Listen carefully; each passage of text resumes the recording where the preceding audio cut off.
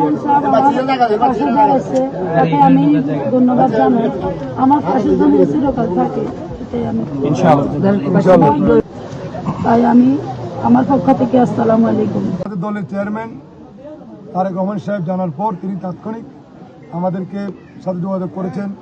আমাদের বিএনপি পরিবার, আমাদের মিতুল সহ যারা আছেন, শাকিল সহ এদের সাথে যোগাযোগ করে ওদেরকে পাঠিয়েছেন। সাথে সাথে আমাকেও ওদের সাথে আসার জন্য নির্দেশ দিয়েছেন। আমরা এখানে এসেছি, ওনার খোঁজ খবর নিয়েছি।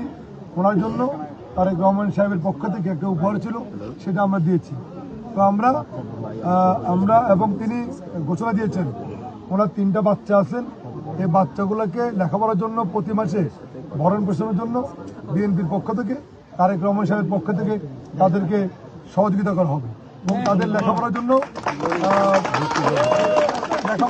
যে খরচ প্রয়োজন সেটাও উনি দলের পক্ষ থেকে, ওনার পক্ষ থেকে ব্যবস্থা করবেন এবং ওনার যে ঘর, এই ঘরটা নির্মাণের জন্য সাহায্য করবেন। এবং আমি এখানে আসছি, আমি বলতে চাই, আমি ফেনী একের মানুষের পক্ষ থেকে, তারেক রহমানের পক্ষ থেকে আমিও এই পরিবারের পাশে থেকে এই পরিবারকে আগামী দিনে